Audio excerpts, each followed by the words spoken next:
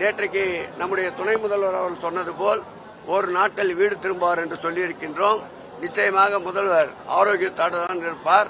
அன்று காலையிலே கூட 2-3 நிகழ்ச்சிகளை முடித்துக் கொண்டுதான் தலை சுற்றலுக்காக மருத்துவ சிகிச்சைக்கு சென்றிருக்கின்றார். பூரண நலம் பெற்று முன்பை விட அதிக வேகமாக மக்கள் பணியிலும் இயக்க பணியிலும் ஈடுபடுவார்.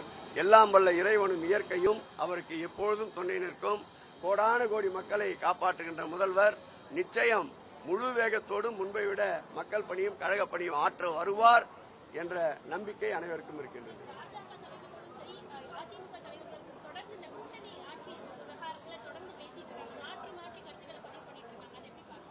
மாற்றி மாற்றி பேசுகின்ற கட்சிகளுக்கு பெயர் தான் பாரதிய ஜனதா அதிமுக.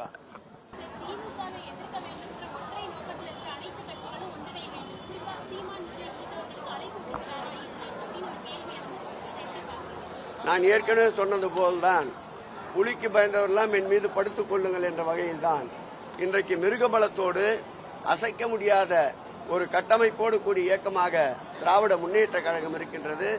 நாள்தோறும் திட்டங்கள், தினந்தோறும் மக்கள் பாராட்டுகின்ற வகையில் மக்களுக்கு தேவைகளை நிறைவேற்றுகின்ற இந்த அரசை எத்தனை அணிகள் ஒன்று சேர்ந்து வந்தாலும் அசைத்து பார்க்க முடியாது. மீண்டும் 2026ஆம் ஆண்டு மாண்புமிகு தமிழக முதல்வர் எங்கள் உயிர்ந்து மேல அன்பு தலைவர் 2வது முறையாக முதலமைச்சர் ஆவதை எந்த சக்தியாலும் தடுக்க முடியாது.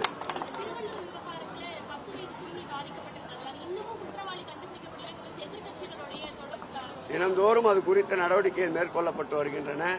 3ஆம் கண் என்று கருதப்படுகின்ற சிசிடிவியில் பதிவாகி இருக்கின்ற அவருடைய படத்தை பிரசுரித்திருக்கின்றோம்.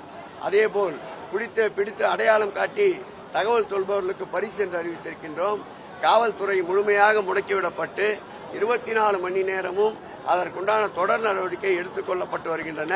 விரைவில் குற்றவாளிகள் கைது செய்யப்படுவார்கள்.